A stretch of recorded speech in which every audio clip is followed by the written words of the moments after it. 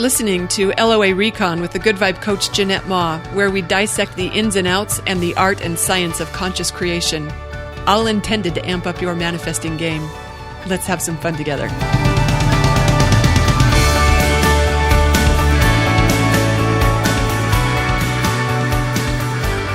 Okay, if you're a conscious creator, then you already know that we get what we vibrate, right? You know that we can create whatever we want in reality by managing our focus and how we feel.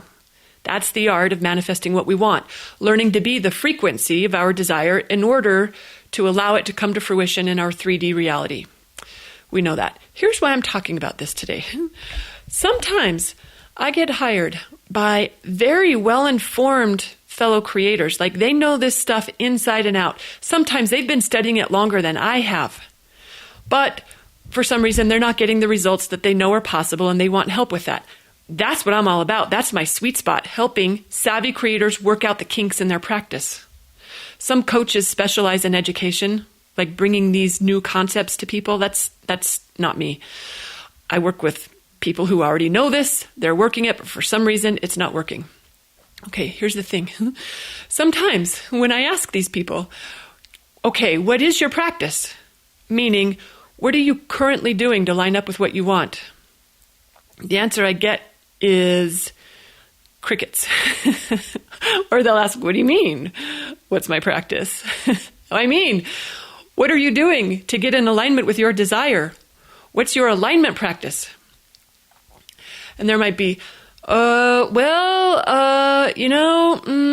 year I did do a page in a Pray Rain journal, but I didn't keep it up. Or, I did start a vision board at my sister's house a few months ago, but I never took it home because, she's got all the stuff there. I've heard some lame excuses for not having an alignment practice. I'm too busy to really do that. I tried it, but it didn't work before. I don't know what to do. I just want to say, you know what? An alignment practice is a good place to start by actually doing the stuff that we've studied that we know makes all the difference. By doing something to start feeling now how you would feel then. Anything. It doesn't even have to be complicated. There could be some very simple alignment practices out there. Oh my gosh, what could be the more simple than I'm making a commitment to doing what feels better? That could be your alignment practice. We'll talk more about some of those. But until you start making the effort of moving your vibrational dial, you're just going to keep manifesting everything that matches your current setting. You want to move that setting in order to get new results, right? Because if you want something different, we got to vibrate something different. It's a pretty simple formula. And having a plan for vibrating something different, that's what an alignment practice is. It's you knowing this is how I'm managing my vibration. It's your plan for how you're going to move your dial. And it could be things like, you guys, there are so many, we couldn't even cover them in one podcast. You could be like eliminating tolerations, right? Dropping energy drainers. That alone, oh my gosh, that's one of my favorite things to do. If someone's never done that, if we just clear out a couple of big ones in their life, magic happens. It is so crazy cool how well that works. Or you could do something really traditional for manifestors, like a daily visualization. It's what Mike Dooley does 5 days a week, 5 minutes or 15 minutes in the chair. I like to do that by asking 3 questions and giving 3 answers to each one. What will it look like? What does it sound like?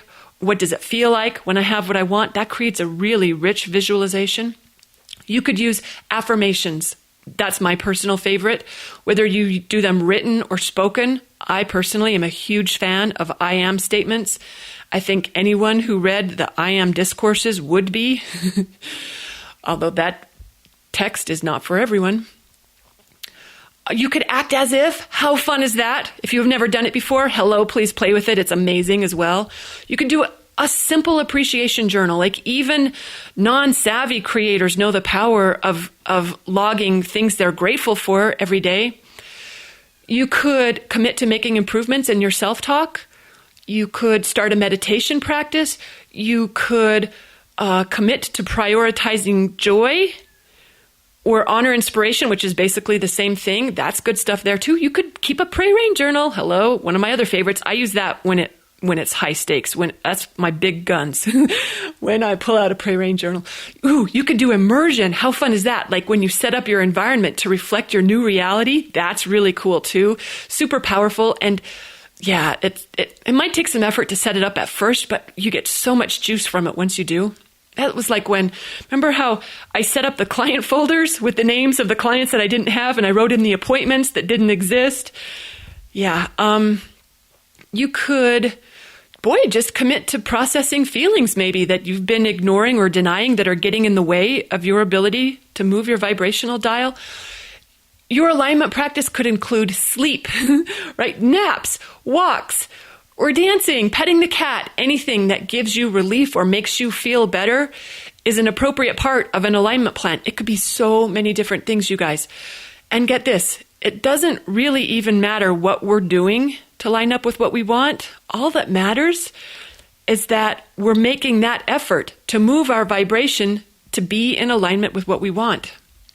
Because once we know the frequency of our desire, whether it's financial abundance or thriving business or rockin' body or happy whatever it is, it has to manifest for you once you are dialed on that frequency. It is so cool how it works. So my invitation to you is to ask yourself, what's my alignment practice? Do you have one? Are you working it? And is it working for you? You know, the first evaluation of whether your practice is working is whether you feel better or not when you do it. Like if it gives you any sort of an emotional boost, Abraham always tells us the first manifestation is the emotion. So if your alignment practice makes you feel better, it's working. That's the first step, the first sign of success. But if you're not actually doing anything to manage your vibration, start there, please. And if you are engaging a practice, but you're not getting emotional traction, then just consider changing it up. And that's actually where I really like to come in, where someone's doing something, but they're not getting the results. I specialize in helping to identify those kinks.